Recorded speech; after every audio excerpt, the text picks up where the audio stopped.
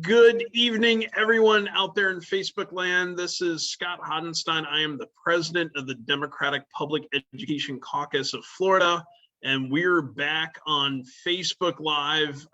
This evening, we have two great candidates from Hillsborough County. We have school board member Karen Perez, who is running for re-election to School Board District 6, which is countywide. So if you are in Hillsborough County, you can vote for Karen on August 23rd. School board races, I always remind everyone, August 23rd is when you got to vote. And we also have Damaris Allen, noted public education advocate. She is running for School Board District 2 in Hillsborough County. So good evening, Damaris and Karen. Look, it's going to be one of those nights where it's very informal. I'm from Hillsborough. I know both of you very well. You could probably take the mute off your microphones, and we're just going to chat so that people get to know you a little bit better. So, Karen, you mind if we start with you as the incumbent? Can you tell us just a little bit about yourself tonight? Absolutely. I'll take the running gate. So I'm Karen Perez. I'm Latina, actually trilingual. I'm an interpreter for the deaf also. I've been one for 42 years. But I've been here in Hillsborough County since 1979. I hail from Brooklyn, New York, like many Floridians do. And graduated. I'm from the Bronx, so that's where I was born. From North. So, but I graduated from King High School, and I am a USF alum. I received my bachelor's in social work and master's in social work, and I am a licensed clinical social worker. I used to be formerly DCF supervisor, used to be known as Hillsborough Kids. And then I started working for the VA. I'm a social worker for the VA, been one for 15 years. And then also I have a private practice where I see children and all the way to my oldest client in my private practice is 93 years old. God bless them. And, been here. And so that's the voice that I bring to the board is the mental health piece. I help our administrators and our leaders be able to have that vocabulary and that language, and also be able to secure funding for our students here in Hillsborough County. But that's what I want to continue doing, amongst other things, being a representative for our students and our teachers and our community. Out in Facebook land, I don't know if everyone knows, but y'all certainly do. My wife is a school counselor here in Hillsborough. And just to give perspective on the importance of mental health to everyone out there, she's a school counselor, and since January, she's done roughly 20 suicide assessments. And that takes a toll on her mental health as well, and that of all of our educators. And Damaris, before we go to you, I think I forgot to mention to everyone, we've got a fourth member of the team, DPECF board member Stephanie Vanos. She is monitoring Facebook, and if y'all have any questions out there in Facebook land, you can ask them in a comment, and she will curate those and get them to us. We'll try to leave 15 minutes at the end to answer questions. And if we don't get to everyone, we'll let the candidates know, and we could try to get them, that they could go online and answer the questions online. I also want to plug October 23rd. We're going to do this, not October 23rd. Wow. May 23rd. I don't know where October came from, but that's what I wrote in my notes. May 23rd, we will have candidates from Orange County on. And we've had some great programs with the Democratic candidates for governor. We've had Brevard County on. And we had a great story with one of my former students, Morgan. She came and talked about the effects of the Don't Say Gay bill on her. And all of that is on our YouTube channel. So Stephanie, if you could like put the YouTube channel there for people so that they could circle back. And if they missed a program, they could find it on YouTube.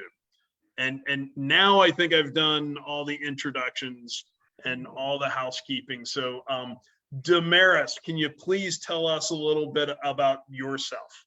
Sure. Like everybody else on this call, apparently, I also am from New York. I'm actually from upstate New York.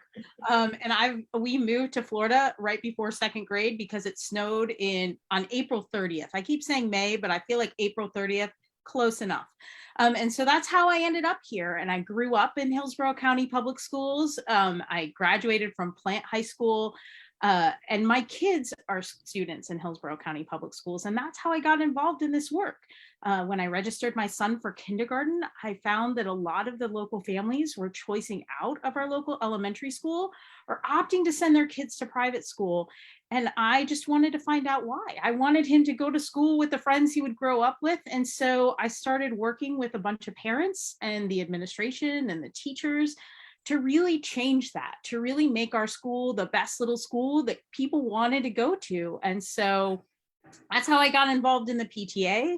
I served as vice president one year, and then the next 2 years I was president, because that's kind of how it goes in PTA. If you are ready to serve, and how I actually got on the PTA is for Teacher Appreciation Week, how I got on the board, I said, I can bake 7 cakes. And they were like, she is crazy enough to bake 7 cakes. You are in. And so I just loved it. And I found that we did really great events that brought the community together, and our school started feeling more like a family. And it made all the difference in the lives of my kids, and just really, nurtured them in their younger years, and they still talk fondly about their time at their elementary school. And from there, I went on to serve as president of Hillsborough County PTA, and I got to learn about the challenges of all our schools face, right? So I think a lot of times as parents, we live in this small world of 3 different schools or a handful of different schools, and we think every school is like ours. And it wasn't until I got involved on a county level that I saw really what was happening in all of our schools, and how every school had a unique set of needs and a unique set of opportunities to grow and expand. And so I just really loved the work that I did there. And I decided to, while I was there, I also got really involved in legislation and following legislation. And I serve on the Florida PTA Legislative Committee. This is my 4th year. So I spend a lot of times, I literally read through every piece of education legislation or anything that has to do with juvenile justice or foster care or anything like that. And so it really gives me a strong knowledge base to bring that information back to our local district to say, how can we adapt and how can we adjust to make the best out of the situation? And so I just love our public schools. I love working with teachers. I love working with parents. I love working with administrators and just empowering people to make their school the best school possible. And that's why I'm excited to run for school board. Awesome. So I kind of have 2 follow-up questions. I'm not a baker, so I don't know the rules, but if you bake 7 cakes or maybe it's 12 cakes, do you get your name on the ballot, or is there a way to qualify by baking cakes? Sounds like you might be able to qualify that way. So I wish. And then I also did this really dumb thing. So my principal then found out that was really not the smartest move I've ever made, because once my principal knew I could bake, I was then the designated baker. So when the superintendent came to visit, guess who had to make 400 Grady paw print cookies? And then when we had the tax referendum in the middle of working for it, guess who got to make half-penny cookies for the referendum? So, it's a labor of love, though. So if you get elected, you'll have to bake anytime you visit a school. No. So, but my next question was going to be, why are you running for school board? Damaris, was there anything you wanted to add? You kind of got into that a lot, and then we'll bounce it back to Karen for that. Yeah. I just want to add that I think we have a real opportunity right now. I think we are in a space where everything is really just negative, and we're just looking at the obstacles as opposed to the opportunities. And I really feel like we're in a unique position to really present a different vision for the future and present a hope for the future and something to work towards and to strive towards and to believe in. And I really feel strongly that we need some voices to unify us on the board, to bring us together, to be able to listen to the challenges, to be honest about the challenges we're facing, but to see them as an opportunity to grow. And I think we have some real opportunity. And that's what I love to do. I love to work on really challenging, complex problems. And so that's why I'm running, right? I love the idea of creating something beautiful out of something that's really struggling. And anyone who's paid any attention to public education in the state of Florida knows that it's a struggle right now. Yeah, and if you read all the legislation and still want to run, well, yeah, of course you love tough challenges. And Karen, I mean, you've seen the last 4 years. Like, who would have imagined, if anyone's like doing any quick internet research right now on Karen Perez, and she was elected in 2018, they're probably like, what the heck's this?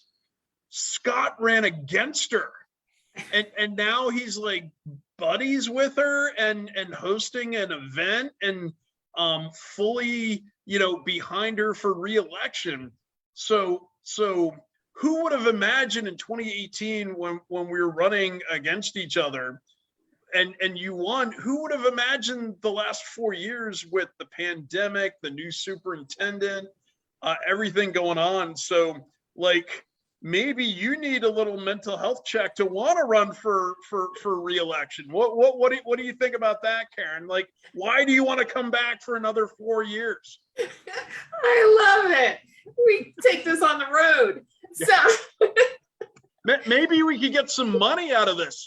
Stephanie, you got to put all the donation links in right now on Facebook.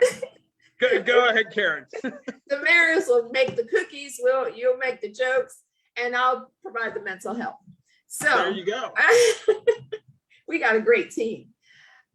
So, like you were saying, when I was running, what I was noticing was that there was an uptick with our students in the mental health issue. And when like you were saying, who imagined in 2010 to 2019 that 5-year-olds between the age of 5 and the age of 12, that children would be committing suicide? Scott, when I was younger, when I was 5, 6, 7, I had no idea what suicide was, let alone how to even follow through with something like that. Our kids today are committing suicide. They're taking their lives. They don't see anything worth living to the age of 8, living to the age of 12, living to the age of 17. It's a cry for help with our children. 2018 came, I was ecstatic to be able to bring the voice of mental health and be able to carve some awareness, be able to eliminate the stigma that came with the word mental health. And then the pandemic hit, and who knew that would be what brought to the surface a lot of issues of mental health. And now we're on this side, still not post-pandemic, we're still shuffling through, but we're seeing almost like when lake or a pond is still that the scum gets to the top. That's the same thing with the mental health. It's surfacing to the top, and we're having the ability as leaders, as change makers, to see really what has surfaced with our students. And so, I want to be able to continue to be able to address this head on, especially on this side, because our children now, the issues with mental health, not just in our nation, but not just in the state of Florida, but in Hillsborough County, have tripled. So if you can imagine all the issues we've had from 2010 to 2019, all those issues now are magnified even more. So, I want to continue that work, along with being able to bring financial stability for those programs and those partnerships in the community for our families, but mainly for our students who are going to require those services, not just now, but to stabilize them for the future. Before our Facebook Live tonight, I was asked to be a guest speaker at the Temple Terrace Dems. That's a local Democratic club here in Hillsborough. And every time I kind of give the DPECF presentation, the first slide, what I lead with is Maslow's hierarchy of needs. Yes. And, just the fact that basic physiological needs and safety needs and self-esteem needs, all of those have to be met in order for a person to achieve, any kind of cognitive needs. So, if a child is hungry when they're in the classroom, they're not going to learn. And if they're trying to figure out whose couch they're going to surf tonight, they're not going to learn. If they don't feel accepted at school, they're not going to learn. And we're so focused on, we want to test everything and then put a grade on everything. But mental health goes to those basic needs, and especially the need to feel safe and secure, which is constitutionally guaranteed in Article 9 of Section 1 of the Florida Constitution. I think that's a big deal. The next question I was going to ask, and I might have to tell y'all that mental health is off limits as an answer, or you could talk about it. What issues are most important to you? So maybe pick one, maybe two. And if you do want to talk about mental health, talk about the plan. What would you do on the school board? What would you continue to do? So what's the issue that's close to your heart? What would you do about it? What's the plan? Damaris.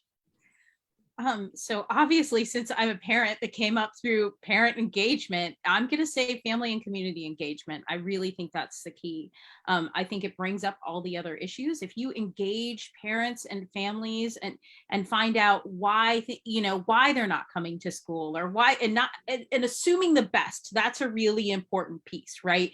I think we saw that play out in the pandemic when we saw, well, when conferences are offered on Zoom, more parents come because they're not trying to avoid it. Not all parents can come in a finite window of time.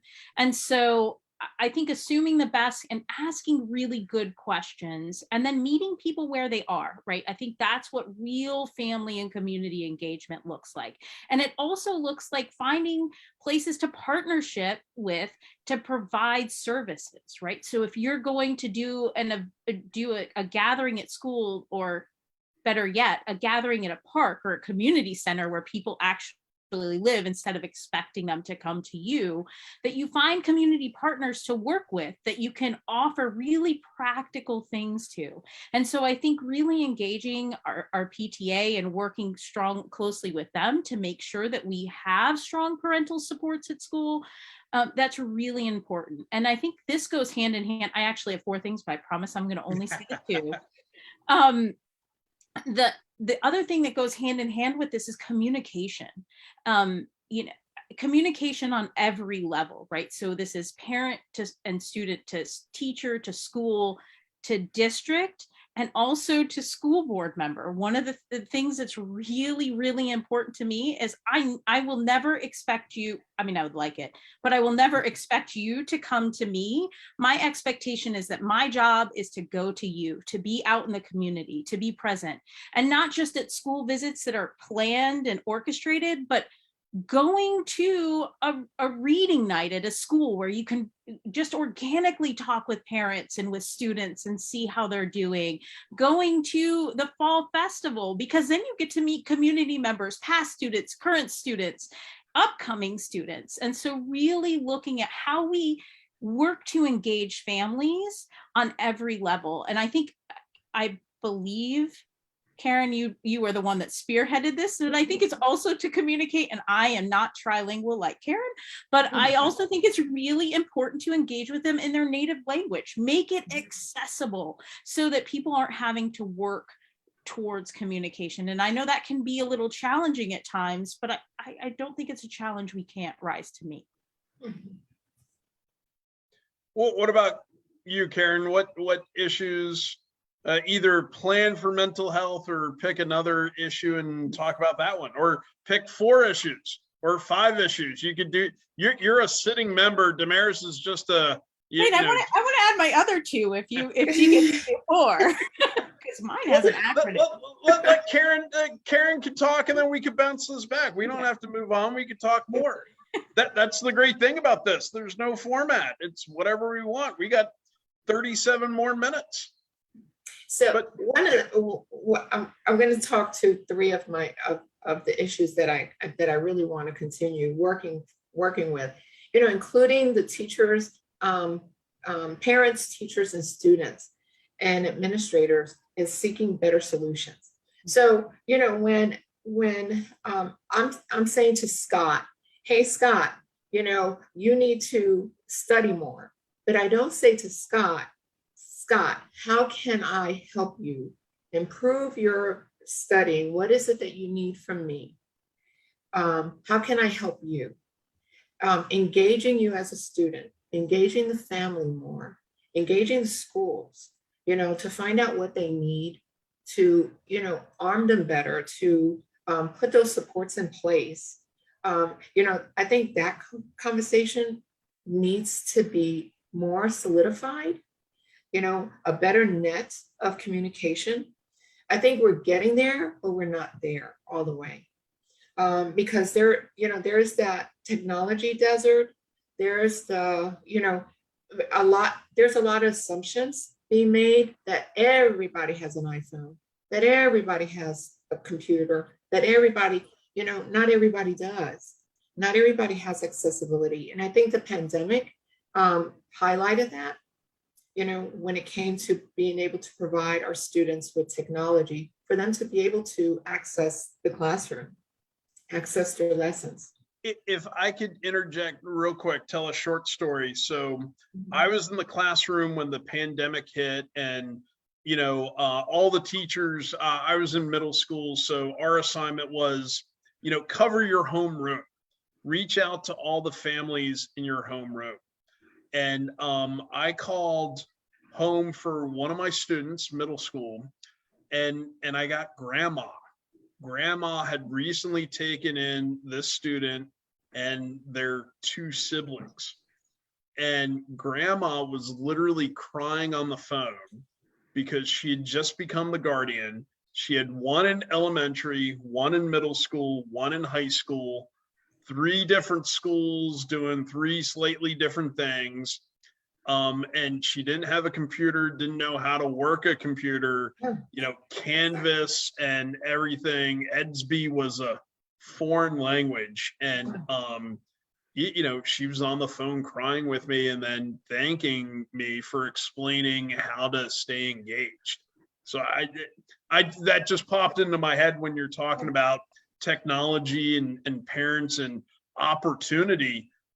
It's sometimes not that parents or guardians or grandparents don't want to be engaged. It's they don't have the ability to be engaged. But sorry to interrupt. No, I welcome that conversation, and also, having the high standards for not necessarily for our students, but for the understanding. So there was a conversation taking place today where, the students are being kind of punished for not having the grades that they need to attend certain functions in schools. Now, my comment to that is the fact that the students were in school and the fact that they were at least attempting to get grades this year, given what's been happening, and I'm not saying that all students should be rewarded for everything, but when you see a student that's trying, that's where we have to come in, as board members, as staff, as to really look at policy, to talk about policy and how it affects students. How are the things that are happening in the world, the things that a pandemic, for goodness sake, came in and just turned communities on their head. And when children are still going to school, still trying to focus, when housing is unaffordable for their parents, when we have families, entire families couch surfing, trying to find a place to lay their heads, and the children are still attending school, trying to make grades. And then we turn around as the adults in the room and are punitive to these students to say, well, you didn't make the grades, so you can't go, without understanding what it took that student to make it every day to that classroom. I have a problem with that. I have a problem with that every day, especially on the heels of 2 years. There's people who didn't stop going to work because and those are adults. So, forgive my passion, but my passion is because I feel for those students who are now being, on top of being punished on 2 years that they totally didn't understand and had no control over, now are being punished and having punitive demands placed on them for something they attempted to do, and possibly attempted to do on their own because now their families are trying to make up for losses they've had in 2 years. That's my second. And my third is investing in our schools and our teachers, making sure financially we are responsible. I know for the first time in 12 years, we are in the black here in Hillsborough County Schools, and that's to be cheered, but not to be, kind of, now we could rest. Now we need to fight even more to make sure that financially we remain fiscally responsible, and we continue to ensure that that the ship remains upright, and that our students are maintained in our schools, with the adequate things and supplies that they need, but that we continue demonstrating that financially we are fiscally responsible. Interestingly enough, my first real job in the Navy was literally to keep the ship afloat. That damage control assistant, keep it floating and make sure it doesn't catch fire. So, because if your ship isn't floating, it can't shoot its weapons, it can't do its job. So, that's probably a good analogy. You both touched on something with teachers, And so I'm going to direct the question there. And then I've got another question that I do want to ask. We're about halfway through. So let's talk teachers first. And then I've got another question. Then maybe we could circle back. And I'll lead with this. 3 years ago, 2019, I was honored to be a Teacher of the Year finalist in Hillsborough County 3 years ago. Out of those 5 Teacher of the Year finalists, none remain in Hillsborough County. One retired. I resigned, and I'm doing advocacy and some substitute teaching. The winner, Dr. Dre, took a job up in Tallahassee, and 2 others were later promoted, but then left the profession. So they're now doing something other than education. It's not that they even moved to a different school district. They left the profession overall. So what can we do to reverse this trend? This teacher shortage, is it just a national thing? Is it a local thing? And the other thing that comes to mind that I'll point out, and then I'll throw it back to y'all. Like when the pandemic first hit, that first month after we closed the schools down, there is a tremendous outpouring of appreciation for teachers. And I think parents saw how difficult it was I'm not saying how difficult it was to deal with their kid, but how difficult it was to juggle multiple classes and to keep a schedule and to keep their child motivated, and just how exhausting a typical school day can be. That was like the first month, probably the first quarter. Since then, it seems that teachers are under attack. Morale is low. State rules and laws are, tying our hands. So with all of that factored in, teachers have gone from heroes to villains. A lot of them are leaving, but we need to teach all the kids coming to school next August 10th. So how do we do that? How do we reverse the trend on teachers leaving the profession? Damaris, I'll go over to you first, please. I think my concern is that it's not just teachers, right? It's on every level. This is, it's right. Everything. It's from I should say educators teachers, or right. Custodians in the school. Yeah. Custodians, teachers, administrators, 42 bus drivers. Administrators are looking to retire early. I think Texas has double-digit superintendent openings. So we have to recognize that this is a crisis across the board. And while it is not unique to our state, I think we are in a unique position in that we have so much legislation that is really targeted at harming teachers. And what's really concerning about this is that there's a narrative out there that we don't like teachers. But if you talk to individual parents, they will tell you how much they love their teachers, right? And I can think of half of the teachers that my kids loved. Would come.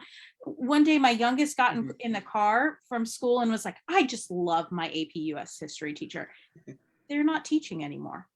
And that was this year. That was just one. And I can count countless more. And I think it's multiple problems, right? One, we're not paying well. You have 7th-year teachers in Hillsborough County making the same as first-year teachers, which I don't know how many of us would stay in a high stress, high demand, high expectation, constantly changing job for 7 years and not get a penny of a raise while inflation is through the roof. And teachers are highly marketable, right? Like, because you are so skilled and so able to think on your feet. So you have that.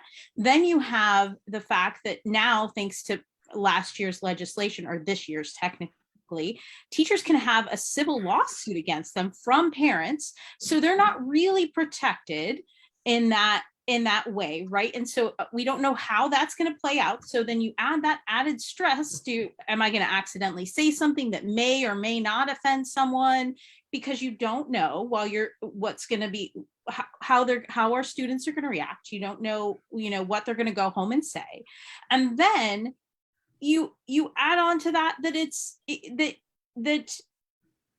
just not a great climate to work in right now, right? Our kids are highly stressed. The teachers are highly stressed. The administrators are highly stressed. And so all of that really trickles down. When I think about it, like put it on an individual level, when I, as a mom, am stressed, I promise you the rest of my house is miserable, right? Because they feel my anxiety, they feel my stress. And I think that we're feeling that across the board in the district. So we really have a climate and culture issue that we have to address. And if we don't, it's going to be really difficult for us to move forward and to address our kids' needs. So it's not as simple as just raising salaries. While that is incredibly helpful, it is not the only way we fix this challenge. We have to bring back some teacher autonomy. We have to honor the fact that you are experts in your fields, right? And we have to recognize that. We have to call on you when we're looking to make changes in policy and say, how will this impact you? And I say this both on a local and especially on a state level, right? You have non-educators making policy. You have non-educators leading the Florida Department of Education. And that is incredibly challenging if they aren't willing to listen to the people they are serving. And so I hope that moving forward, we will find a way to collaborate and to say, I, as a parent, I love my teachers, and this is how I can help them be better teachers. And you as a teacher can say, you know what, as a parent, I know you are doing your best, and this is how I can help your student. And I've always seen that with my kids. I've always looked at teachers as really great partners, right?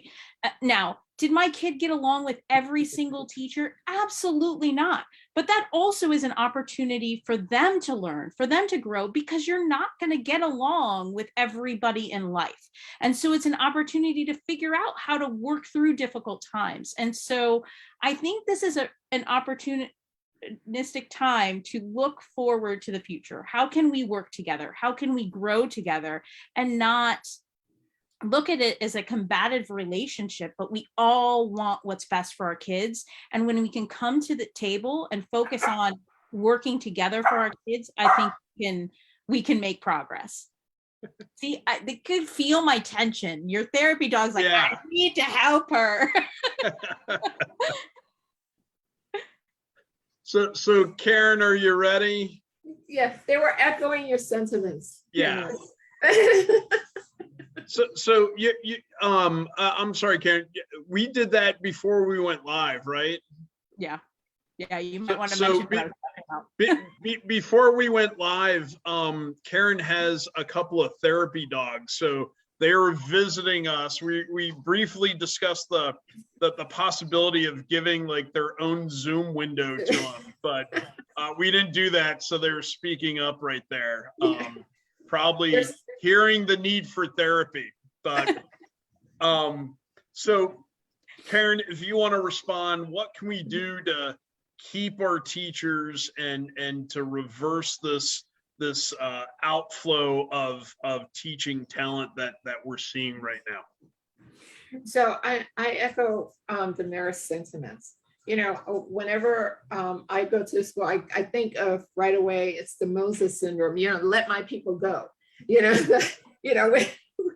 with our teachers, because they, when I went into the social work field, right away, I was told, you're not going to get rich as a social worker, and at a master's level, I started off making $25,000 a year. That was with my master's, and so teachers were making more than I was, just saying, and so it's the same, I believe, with teachers. They know that they're going into teaching because for the love of what they want to do, for the love of the profession. Not to say that that's not the reason why they shouldn't get paid for it. But when I go into a classroom, one of the things, the feedback that I receive from the principal to the teachers, even to the custodians, let us do our job. If you could just take off these chains and let us do our job, we will be happier. I think when the guards start coming in from up top, that's when people start feeling unhappy. And the sentiments for their job and the reason why they're there starts leaving.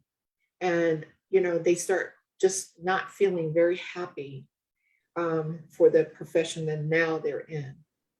When you start feeling like the saying goes, when you start feeling like your job is a job and not a love, then it's time to leave. And I think a lot of our teachers are leaving the profession because that's how they feel. It's the overreach of what they're doing in the classroom. And I think allowing our teachers to do what they do well and teach our children, because I've been in classrooms to Damaris' point, that the teacher is incredible, but then they stop and pause at a certain place. Like almost like, oh, I can't do that, or I can't, because then they don't know what the principal or what administrators are going to think, or I want to be able to take the kids out to the field and let them study out there, but I don't know what they're going to say, or it's just things that when I was growing up in school that we would be able to do, we had freedom to do, and now teachers and educators' hands are tied, and I'm not sure what happened or what changed, what shifted, but the children are different. Even when I see the kids, they don't have the PE classes anymore. They're and the teachers are trying to give them that within the classroom, within the confines, and they're not even allowed to do that. So there are things that need to change, go back. Sometimes things in the teaching arena are good, and then administrators try to make it better, and it makes it worse. So, allowing the teacher that freedom within their classroom to teach, and how I see it, and I'm gonna leave it here, is that when a child goes into their classroom, that little hub is like their family. And if they're not able to, work with the family, engage with the family, that becomes a barrier as well. So, I just feel that tension needs to be lifted from those classrooms. And I think then there's going to be a dialogue that says, hey, Hillsborough County schools are incredible to work with because we have this amazing freedom in our classrooms to engage with our students, to teach our students. And I think that's going to be a shift.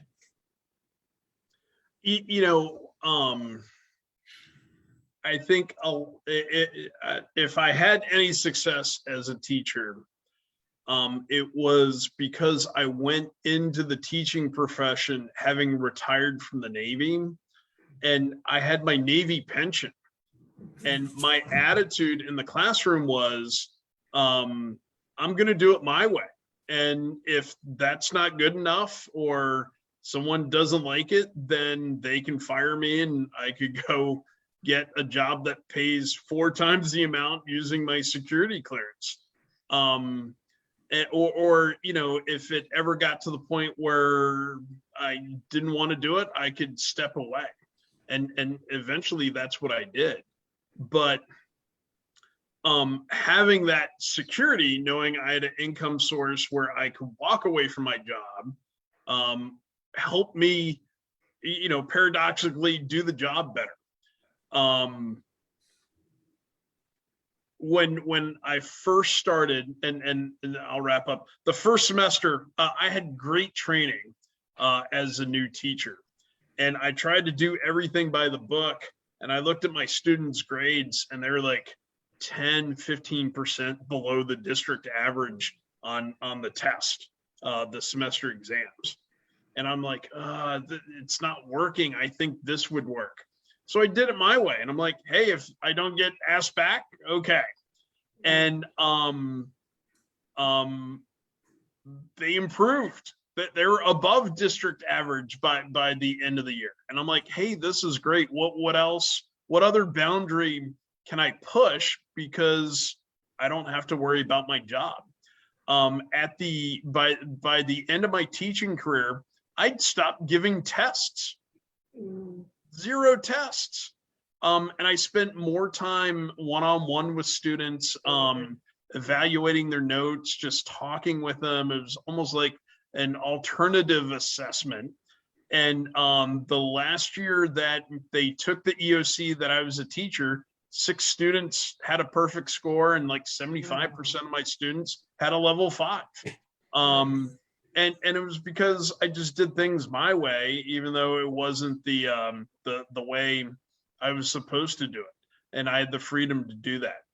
Can I add one thing to your story? I think what's really important to recognize there is you responded to the needs of the students. It wasn't just about doing it your way. It was about doing what's best for the students, because you know very well that every student learns differently. Yep. And their needs are so unique that if you can cater to their needs, if you have the freedom to do that, then they will succeed.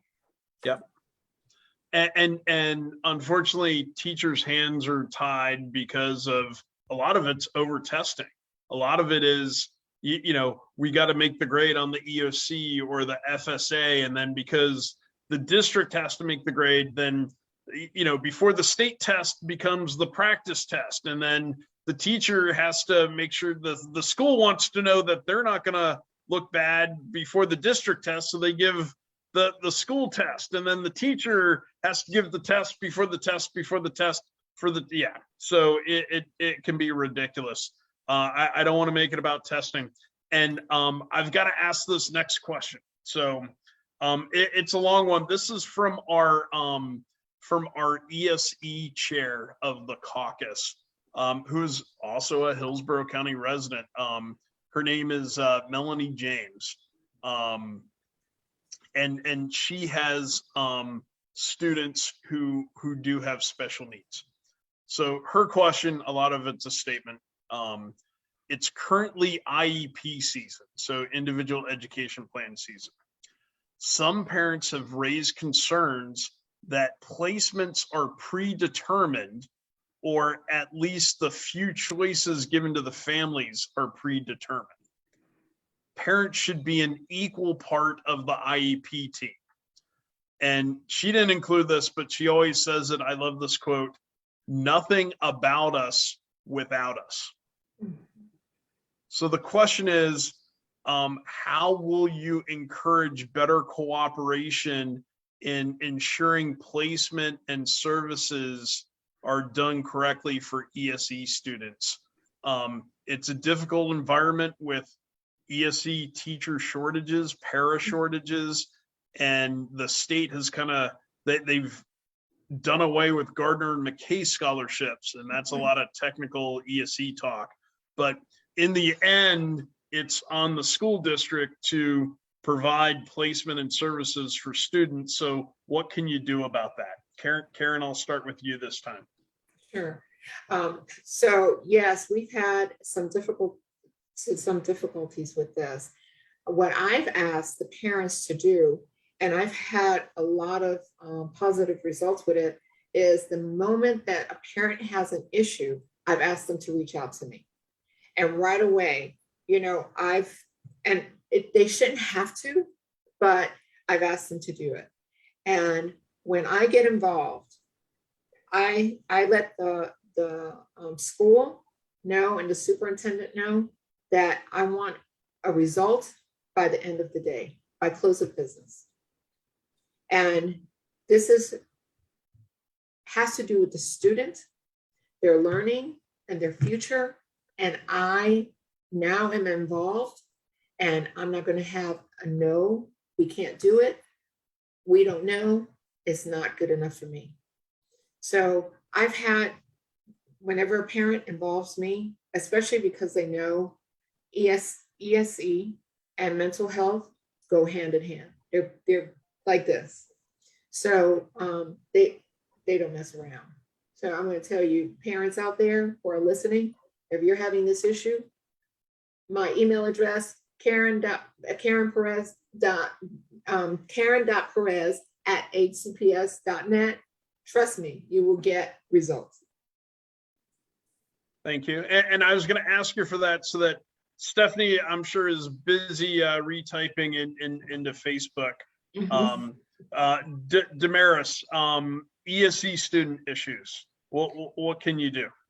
Yeah, I think the first thing is prioritize filling staffing positions, right? Like that needs to be, we can't just, oh, we're not going to hire right now. Right. That's what I'm hearing a lot of as a parent is we don't have the help we need in the classroom because we're on a hiring freeze, or we can't do IEP, and we need to really do that. Also, we need to educate parents. A lot of parents don't know their rights. They don't know what they can do. We really need to make the process and understanding the process accessible to them, and really offer someone or a way to partner with them and walking them through the process so they know they can ask questions, because a lot of parents will go into meetings and just say, okay, right? Because you think that this is your only option. And so I think there's really creative things we can do partnering with people to get the word out. I think Councilman Vieira did an event a couple of weeks ago where he educated he partnered with the school district as well, educating parents on IEP meetings and things like that.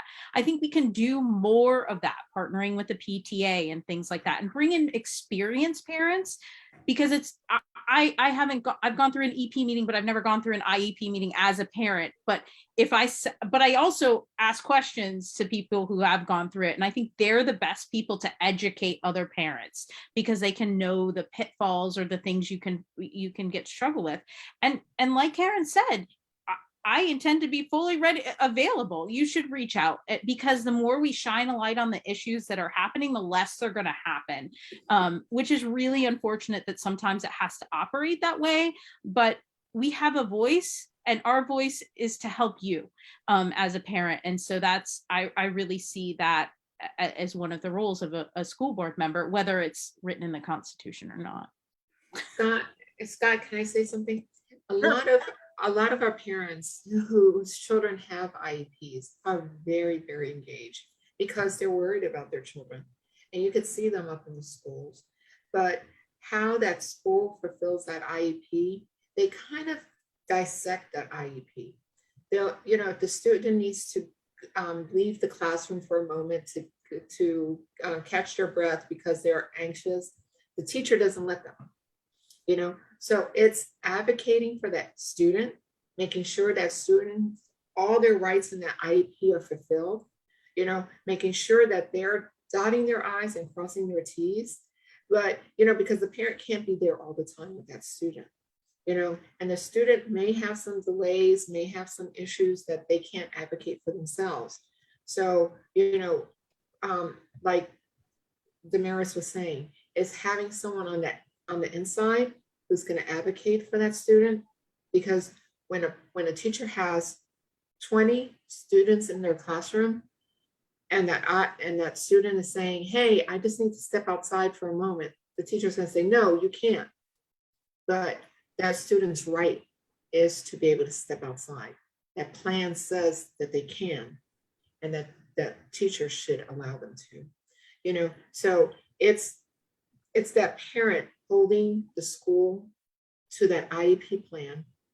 But if they're not able to get that advocate from the inside to hold that school fast to the IEP. This is a matter of federal law. It's IDEA, Individuals Disabilities Education Act, I think is the acronym. And that law has a concept called FAPE, free and free appropriate public education. And you know, yeah, so mainly a state issue, maybe sometimes with budgeting, but you know, you learn a lot about a district or, you know, a people or anyone by how they treat the least of us, as opposed to maybe the best of us. Okay, so it's 8:26. I think the teacher question, the IEP, that wiped out a lot of time. So I want to make sure that I give y'all a chance to kind of wrap up. We've been kind of just riffing on public education, but the reality is there is an election on August 23rd. So Stephanie is going to put links to your websites on Facebook, links to your donation URLs on Facebook. But if you want to wrap up with maybe a 2-minute summary of why we need to elect you, Damaris, or re-elect you, Karen. And Damaris, I'll ask that you wrap up first. Sure. You know, for me, this election is not about me. It's about empowering students and parents and making our public schools better, because they are so important. You know, so many times people say to me, I don't have kids in the public school. Why should I care? Well, the vast majority of our students are educated in our public schools. And you saw what happened when we had to shut down in the pandemic, right? It's also an economic driver. We should all care about public education. And I have dedicated over a decade of my life to advocating for and fighting for, on a volunteer basis, our public schools. It is literally what I do when I wake up in the morning and before I go to bed at night. And when I wake up at 3 o'clock in the morning, stressed about how we are going to do better for our future. And I have an incredibly vast knowledge of policy and budgets and all of those things from those volunteer hours. And so I want to be elected to be your voice, to make this about us, about making a better future for our kids, because that's going to make a better Hillsborough County. So just give us a quick, roughly, where is your district in Hillsborough County so that people know who might be able to vote for you? Sure. So it's South Tampa. So imagine a map where this is water. This is South Tampa, and wraps down around the water to Apollo Beach and Ruskin, and then a little bit into Riverview. Okay, awesome. Karen, if you would like to wrap up, why should we re-elect you August 23rd? Yes, thank you. So, you know, our children today, like no other time in history, bring more than their books in the books in their backpacks. You know, and to be able to provide those supports in a place that they're in more than they are at home is incredible. To be able to not just provide those supports to the students, but also to you as the families is even more amazing. You know, when we look at our children, stabilizing their lives today means a stable life for them in the future. When you see them graduate, when you see them walk across that stage, to know that they received everything that they need, all the tools that they need for their life, to include the mental health, the physical health, and then they're going out into the world, that you don't have to worry about them. That is what I will continue bringing to this board, along with making sure that financially we could continue providing those resources for them. And that's why I want to be reelected, to be the face of stability for your students and for the teachers in this community. Awesome. And you're running countywide, so anyone in Hillsborough can vote for Karen Perez on August 23rd. Vote by mail ballots go out about 5 weeks before the election. So it's conceivable that people are voting in this election for school board all across Florida in less than 60 days. So, you all have your work cut out with you for you. The Democratic Public Education Caucus of Florida, we're looking all across the state. There are dozens, hundreds of school board races we're trying to support, and there's not a lot of time. So the schedule is certainly compressed. Thank you for joining us. Orange County, you're up on May 23rd. And we've got some exciting programming coming out. We're going to take a break a little bit. We're going to do Orange County, but then it's like graduation season. So it's like a bad time to be a school board member, or, my youngest is graduating from high school. So we're all going to take a little breather, maybe make it to Memorial Day.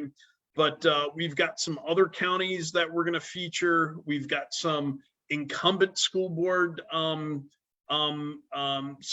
members from Polk and Alachua, Sarah Fortney, Tina Surden. They're going to do a panel, and we're working on a really good panel. And we've reached out to some of our state lawmakers and school board members. We're going to do a panel on Black voices in public education, and we're going to start by talking about the gerrymandering, which thankfully the court upheld the map as unconstitutional. So, but when a lack of Black voices are in public education, what happens to Black public schools and what happens with the school to prison pipeline?